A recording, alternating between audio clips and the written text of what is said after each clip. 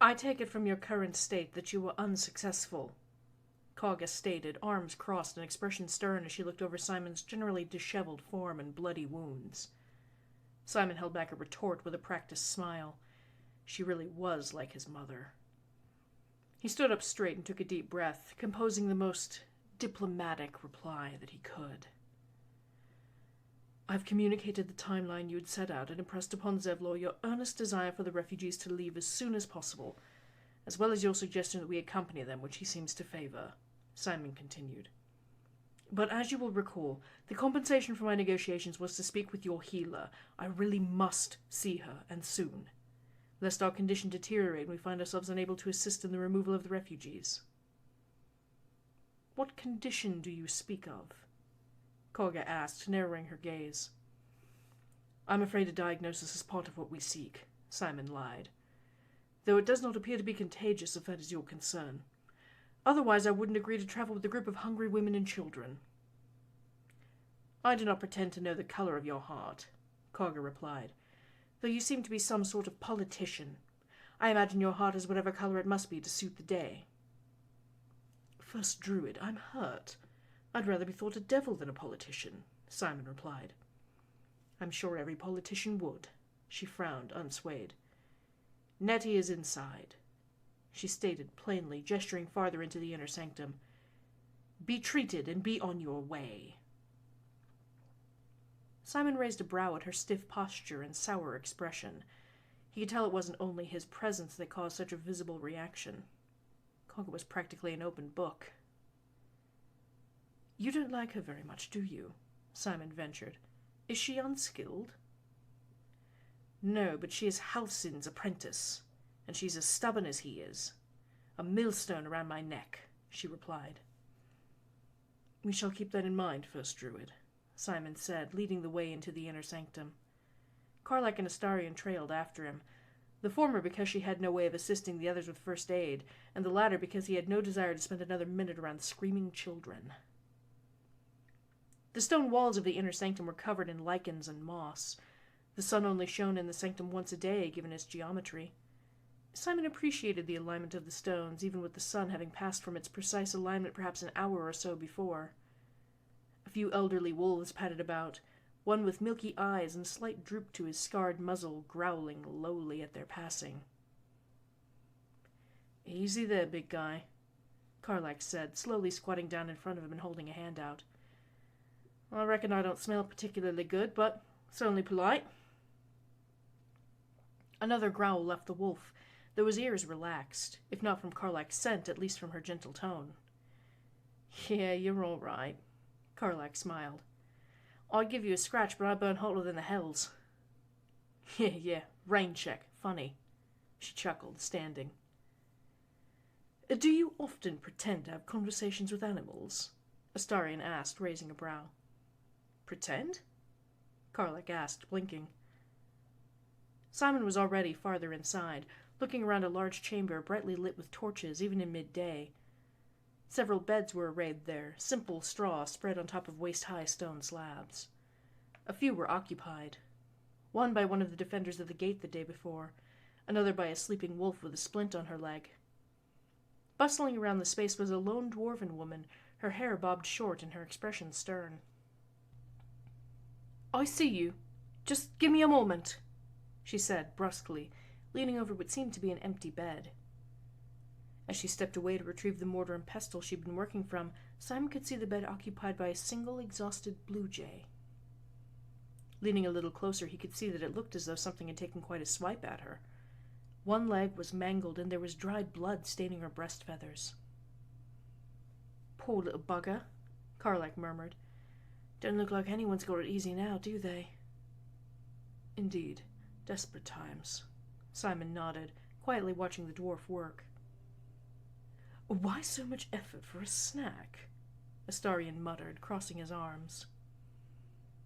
The woman scooped a bit of the gooey concoction from her mortar into the fork at the end of a small twig, and held it steady for the bird to peck at.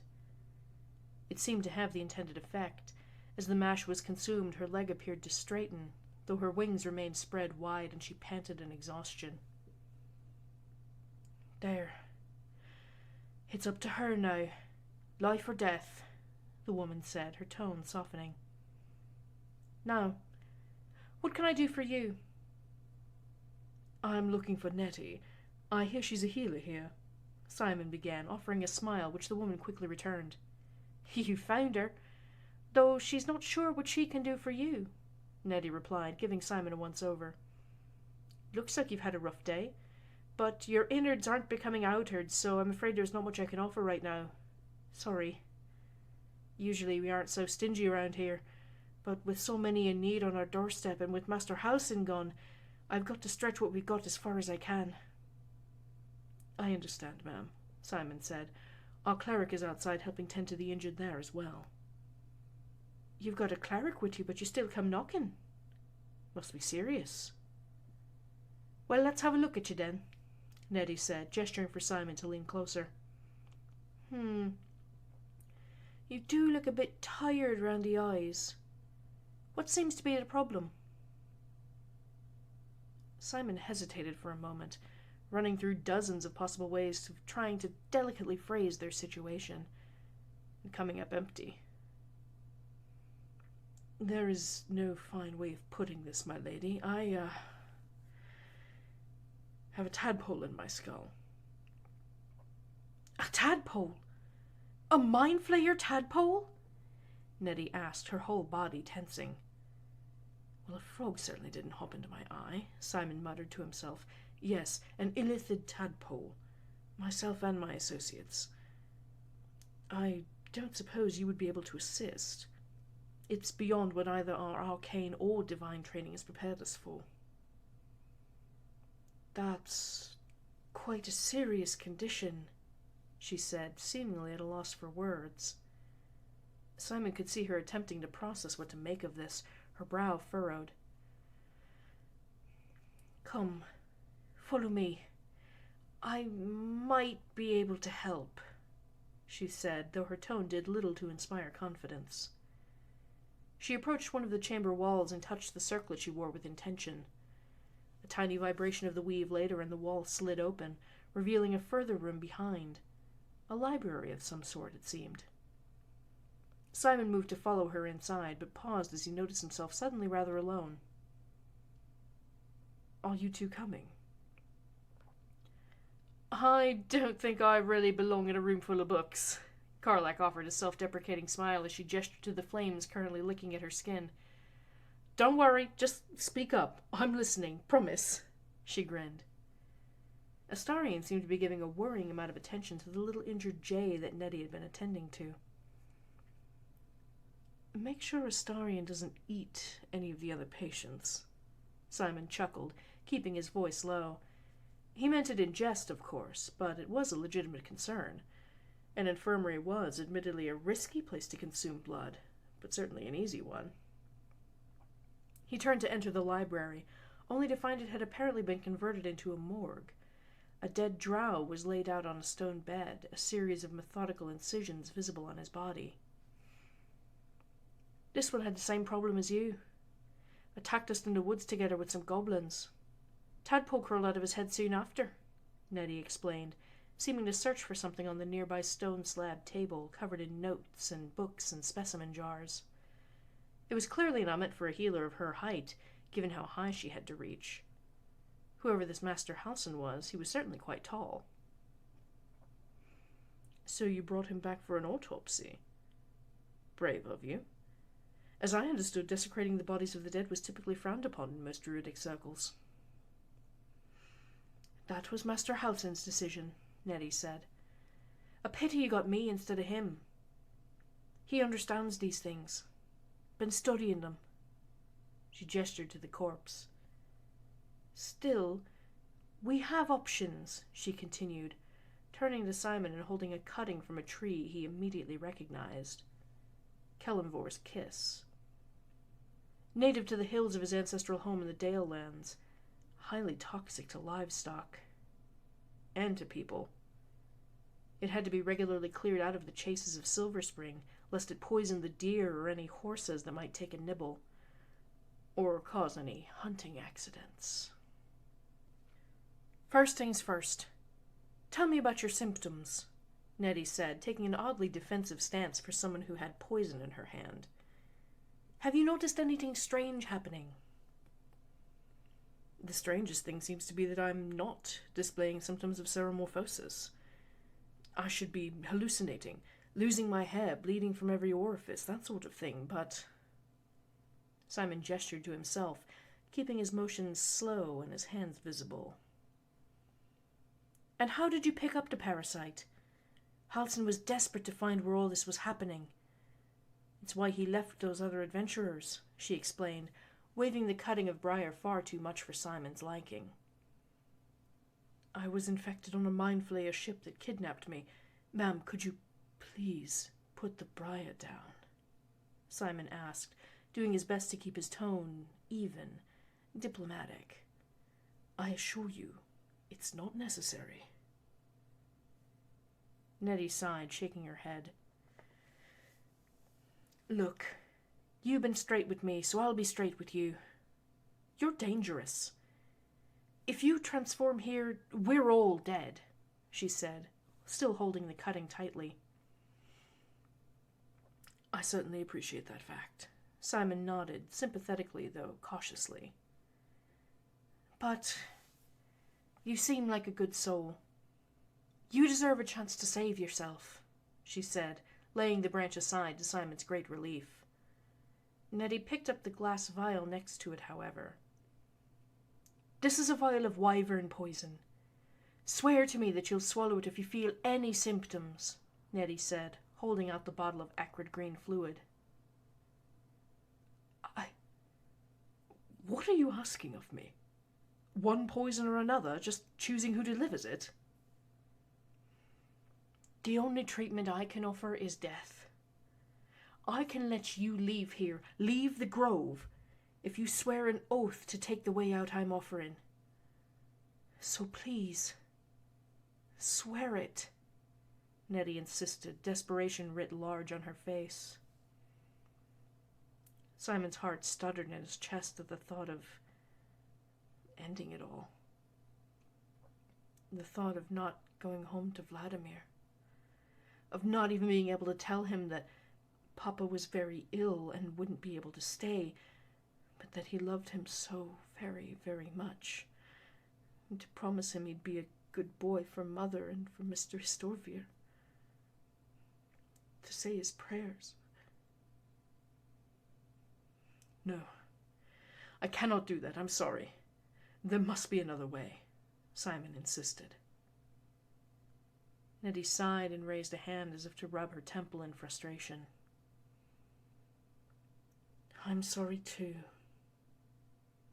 Her fingertips brushed the circlet she wore, and the stone doors of the chamber began to slide shut.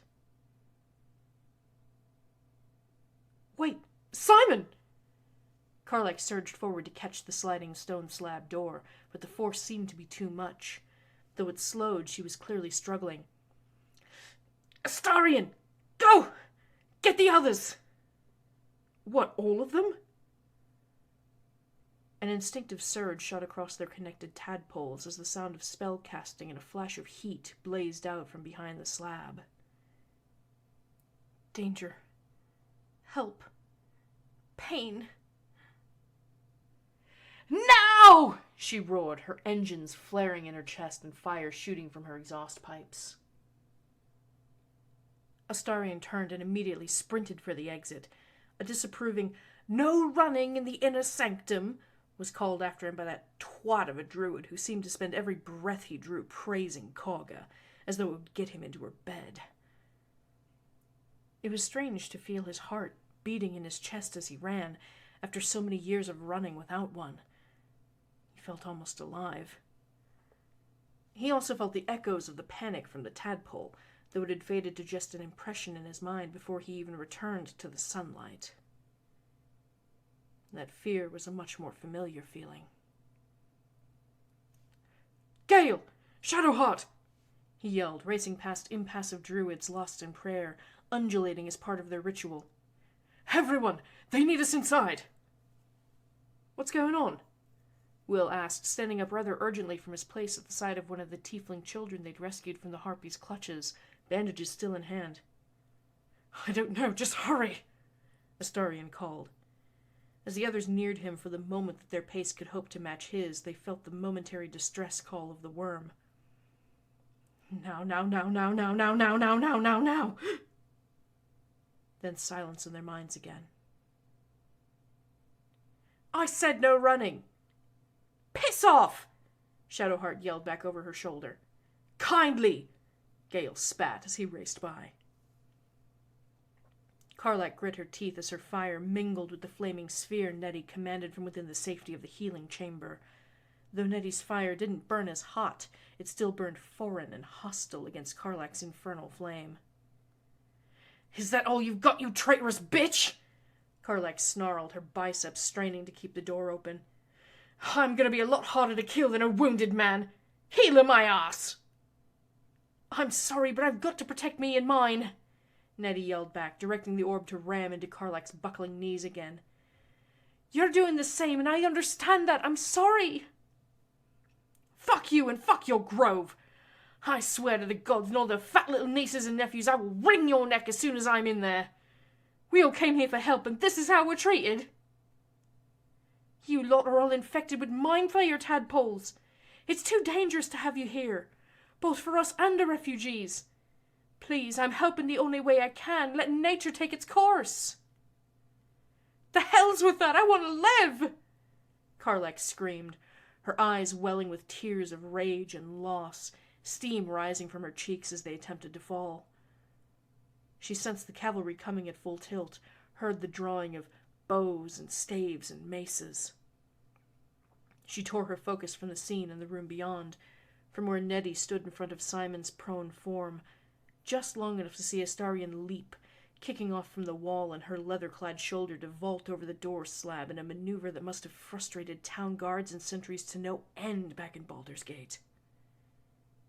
Bowstring taut, Astarion fired at Nettie with bared, gritted teeth.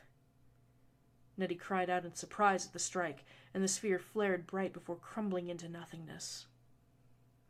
With the scent of fresh blood in the air, Astarion threw down his bow and fluidly drew his short sword and dagger, leaping into the fray. Get up, damn you! He yelled at Simon's still form on the ground, the sound of his pulse thready and weak.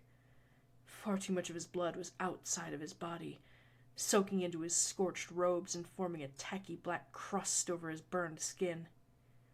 I forbid you to die! There was a concordant thrum of the weave that Nettie sensed, and Gale stepped from his place outside the room to just beside Simon in a single stride. Magic continued to sing in the air as Gale plucked another string with a virtuosic gesture and word, the very water in the air beginning to crystallize over Nettie's fingers and the haft of her spear. With a shout, she struck the butt of the spear against the floor, where vines and foliage began to grow up its length, strengthening the shaft before lashing out in Gale's direction and parrying Astarion's slashes. Get the crown she's wearing! Karlak yelled, bracing one leg against the wall and pushing back against the door slab as it continued pressing shut on her. It's a key! Get it off her! Shadowheart nodded and clambered into the space Karlak held open with her leg, standing back up with mace in hand. Getting through the melee might be a little difficult without catching a blade or spell, but... With a stomp that vibrated the rock beneath their feet, Nettie's eyes shone with golden green light and her cry turned feral. Coarse, dark fur sprouted across her back and arms as her limbs grew, stretching with sick pops of bones and joints and ligaments rearranging themselves, her face contorting, elongating into a snout as her teeth grew sharp. With a snarl and a flash, the squat form of Nettie was replaced by a great, hulking, dire wolf. Its eyes drops of gold set in ebony fur, teeth like spear points bared and spittle dripping from her hackles as she snapped in Shadowheart's direction. Shadowheart froze, her eyes wide as her every sense was assaulted by the predator in front of her. The heat of its stinking breath invaded her nose, the air in her lungs seized and shaken by its growl, and all she could see were eyes and teeth. Astarion dropped low and bared his fangs, snarling in reply.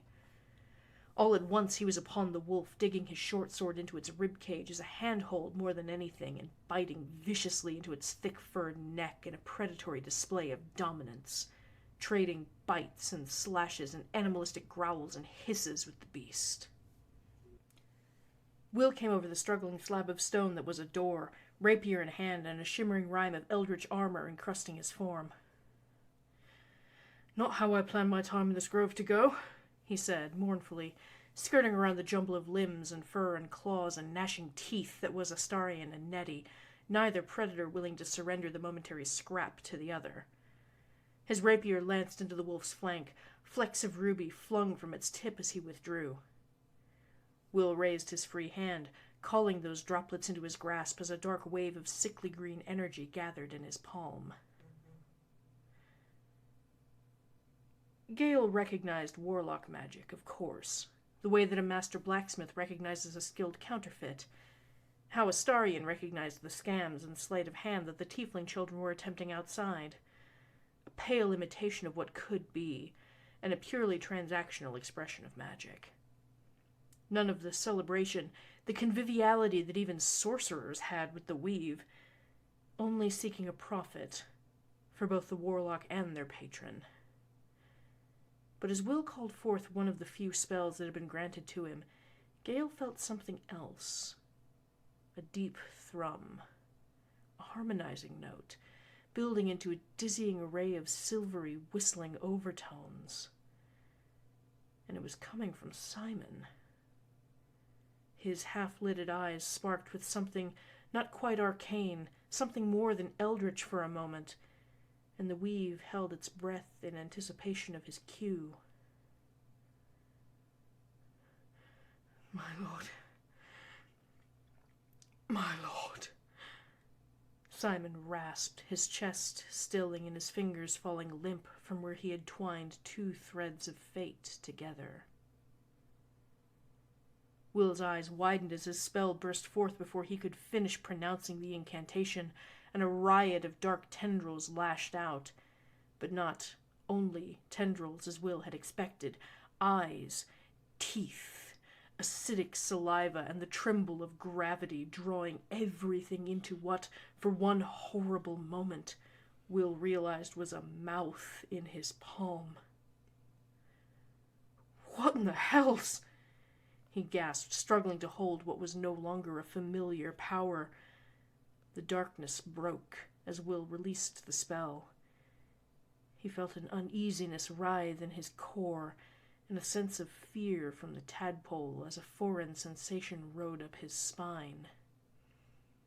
It was not words in his mind, but a presence that the worm unwillingly translated into a vibration in his skull, shrinking away. "Inadequate. More.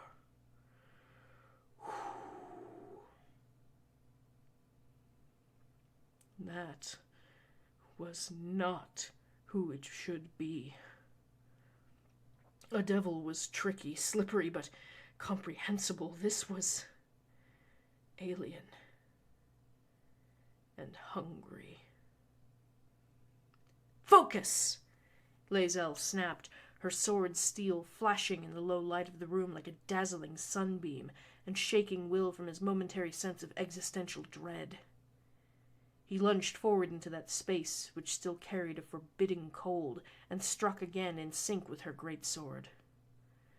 The wolf yelped as primal magics unwove, leaving Nettie in her unaltered form, spear in hand and wrestling with Astarion on the ground. The change in her mass took away her edge, nothing except her weight keeping the spawn pinned, nothing protecting her delicate neck, which was already within striking distance of Astarion's blood-soaked mouth. Astarion knew it, too. His cold, pale hand shot up and grasped Nettie by the throat, fangs flashing in a hungry grin, eyes widening in anticipation of the strike. Nettie's eyes were wide, too, as the reality of becoming prey hit her like a surge of ice water. Thinking as quickly as she could, she grasped the arrow shaft in her shoulder and snapped it off, holding the wooden shaft in hand like a dagger and raising her arm. Astarion's expression shifted from gleeful hunger to snarling desperation, his nails piercing her skin as he tried to fight her off, hissing and spitting like a trapped cat. "No!" Shadowheart shouted, lunging forward and swinging her mace, catching the haft under Nettie's jaw and leaning back, trying to wrestle the dwarf. Shadowheart was strong, stronger than Astarion, having worn much heavier armor for much longer, but against a dwarf who was fighting for her life? A half-elf didn't stand much chance. She scrabbled instead for the circlet perched on Nettie's head, flinging it aside as soon as her fingers found purchase on the smooth, cool bark of its twisting branches. Nettie jerked her head back to strike Shadowheart's nose and jabbed her elbow back to dislodge her, fueled almost entirely by adrenaline as she raised her makeshift stake high, deafened in the moment to the sound of the door sliding back open. With a rush of flames, Karlach crossed the space in 3 paces and with a bear-like bellow of anger kicked Nettie in the ribs. Nettie landed several feet away, clutching her side and gasping. The heat of Karlach's engine was scorching after struggling against the door's magic mechanism for so long, matching the searing rage rolling off of her like the smoke from her exhaust. "Not my little stabby boy!" she snarled, fire roiling in her mouth as she roared. Astarion gulped down blood-flavored air as the weight was lifted bodily from his chest, scrabbling out from under Shadowheart and seizing the broken arrow shaft that had come loose from Nettie's grasp when she hit the floor. Without hesitation, without remorse, he slammed the shaft into her heart, his snarling visage covered in spurts of her own blood, the last thing she would ever see. "Let's see how you like it," he spat, standing up slowly as the echoes of combat died away. Only the panting breath of his companions remained. "Simon!" Shadowheart gasped, stumbling to her feet and running to his side, gathering the weave in her hand. Gale shook his head quickly at the beginning of her spellcasting. "It won't be enough. Not now," Gale said, already digging through his pack. "Here, try this," he said, holding out an ornate scroll, singing to him with the crystalline purity of divine magic. "There's still time." "She killed him." Karlach sobbed, the flames from her engine dying down as her anger ebbed, turning instead to despair. "He said he wouldn't off himself, so she did it for him. I couldn't stop her," she sniffed, sinking to her knees. "It's not over," Will said softly. "Look, see? Gale and Shadowheart have got this in hand. He'll be right as rain." Will hesitated for a moment, knowing the fire that burned in Karlach was hotter than any mundane flame, but it felt right in the moment. He willed the icy armor to center at his hand, a thick crust of ice building before reaching down to give a comforting squeeze of her shoulder. The ice melted almost immediately, and he jerked his hand back as steam blasted his skin, wincing and shaking the last melting bits of ice off. What did you expect, Will?" Karlach asked, incredulous. "Sorry, just seemed the thing to do," Will replied, sheepish. "And it distracted you, didn't it?" Karlach's head whipped around to find the scroll burning away in Shadowheart's hands, and Simon pushing himself to his knees, flexing his fingers experimentally. You all right, soldier?" she asked, leaning close. "I think so, yes," he coughed, moving to stand. "Easy now.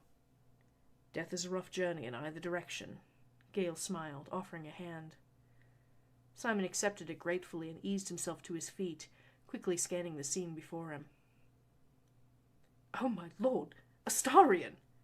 Simon gasped, eyes wide as he caught sight of the man swaying slightly where he stood from his many wounds. "Don't fret, darling, it's not all my blood," he said offhandedly, his tongue darting out to sample what lingered on his lips and fingertips. I hate to cut in, but there's a just lying here, Will said, looking over his shoulder through the now open door. Surely the commotion of combat would attract some attention. Right. Clean up, Shadowheart said, retrieving the circlet and willing the chamber door to close. Where shall we hide the body? This looks like a fairly private chamber already, Astarion said. Gale, do you mind? Do I mind what? Astarion blinked and gestured to the blood seeping onto the floor. Of course I mind. You're asking me to clean up a crime scene. Well, you and our distinguished returnee from the fugue plane, Astarion said, nodding to Simon before he knelt to start rifling through Nettie's pockets. Besides, this is a perfectly reasonable self-defense argument. Simon could argue self-defense, Gale said flatly. It's a collective self. I've acquitted for far worse on far shoddier evidence. Astarion waved his hand dismissively, the gloves he had just stripped from Nettie's hands flopping limply with the motion. Gale pursed his lips, his faith in the legal institution wavering more and more with every passing moment. There must be somewhere more secluded to dump a body. Shadowheart shook her head. Someone help me look for a closet or another chamber. Lae'zel rolled her eyes as Astarion and Shadowheart began searching the room for hidden doorways and chambers. Why should we hide our victory, or the warning she gives? Our vengeance is swift and just, she added, looking over at Simon. He seemed quite concerned with matters of justice and fairness and legality, after all. Because the politics of her death will be challenging, Simon explained, looking down at Nettie and frowning. It really was unfortunate. But if it was the choice between her life and the lives of himself and his companions, there was no question. Still, I think I can handle it. You can handle the politics of murder? Will asked slowly, incredulous. I've done it before, Simon sighed, smoothing his scorched robes. Which part? Will asked, frowning. Simon chose not to dignify the question with a response. This looks promising, Astarion said, pointing at a few scrapes in one of the stone walls and waving Shadowheart over. An escape route, I'd wager. Unused for quite some time, he added, gesturing to the lack of foot traffic to the doorway. Should do nicely. Right then, we're doing this. Simon took a steadying breath as the doorway opened, seeming to enter a more managerial mode. Lae'zel, can you please carry the body over here for disposal? She huffed but relented, lifting the dead dwarf with little difficulty, save for the bulkiness of Nettie's frame. Should we say something? Karlach asked, looking uncertain. Yes, I'm working on that, Simon replied, his brow furrowed as he contemplated the dozen ways that Kagha might respond to a murder under her rule. No, for her, she said, gesturing to Nettie's body. I mean, she was just doing what any of us would have done. What we did do, protecting ours. She tried to kill us, darling, Astarion said, crossing his arms. I'm not eager to eulogize her. Just don't sit right. Killing her in her own place and dumping her body by the back door, Karlach said, her gaze downcast. Simon sighed quietly. No, you're absolutely correct. It's not right. Let us not make a habit of this, of solving all our problems with violence, Simon declared. Lae'zel dropped the body in the small chamber beyond and turned without remorse. Indeed, threats of violence are often just as effective, Lae'zel stated. Not the point I was making, Simon sighed, but I appreciate the contribution to the discussion. Sorry for what I said, Karlach said to Nettie's body, crouching in the doorway and worrying her lip. You're not a traitorous bitch. You're right. We were all just doing what we had to do for our own. But I'm not sorry for stopping you from staking Astarion, she added. He's been on his best behavior, I reckon. He don't deserve that. I'm touched, Astarion said, having already begun the process of rifling through the shelves of the library, snagging anything that looked vaguely arcane or medical. Will you stop thieving? Gale hissed. Didn't you threaten that child outside for stealing from us? She got caught, Astarion replied, pushing a thin grey slate covered in arcane etchings into Gale's chest. Enjoy the fruits of our victory. If you won't, I'm sure Simon will. Compensation in his case. If we're taking things, then let's take them quietly, Simon scolded, looking between the two. And let me have plausible deniability at the very least, he added as he began to leave the chamber. Gale and Will joined him quickly, the others slower and carefully closing their packs as they left. Perhaps you should carry this, Shadowheart said, handing the circlet to Simon. For the first time he was able to appraise it closely. The branches seemed to be petrified with magic, and what looked to be the red gems were in fact tiny firm berries, also suspended in time with druidic magic. The other flecks of red were the evidence of their meeting. You might need it for negotiations. Thank you, Shadowheart, Simon said, sighing quietly and leading the way back to the central chamber where Kogha held her court. The first druid said nothing as she watched the strangers exit the inner chambers, but as Simon's green eyes met hers, she gave him a cold smirk. Simon felt an uncomfortably familiar chill run down his spine. He had a feeling they'd just done her a favor. Roth looked in horror at Simon's state, far more severely bloodied and beaten than when he'd entered. But when his gaze lit on the circlet held loosely in Simon's hand, he looked positively ill. I'm afraid Nettie was unable to help us, Simon began. We had a regrettable difference of opinion on how to handle the situation we found ourselves in. We must seek Halsin for further assistance. If he is still alive, Kogha replied, a knowing tone in her voice. Either way, I think your business in my grove is concluded. Indeed. I wish you well in your endeavors, Simon said, his tone crisp and diplomatic.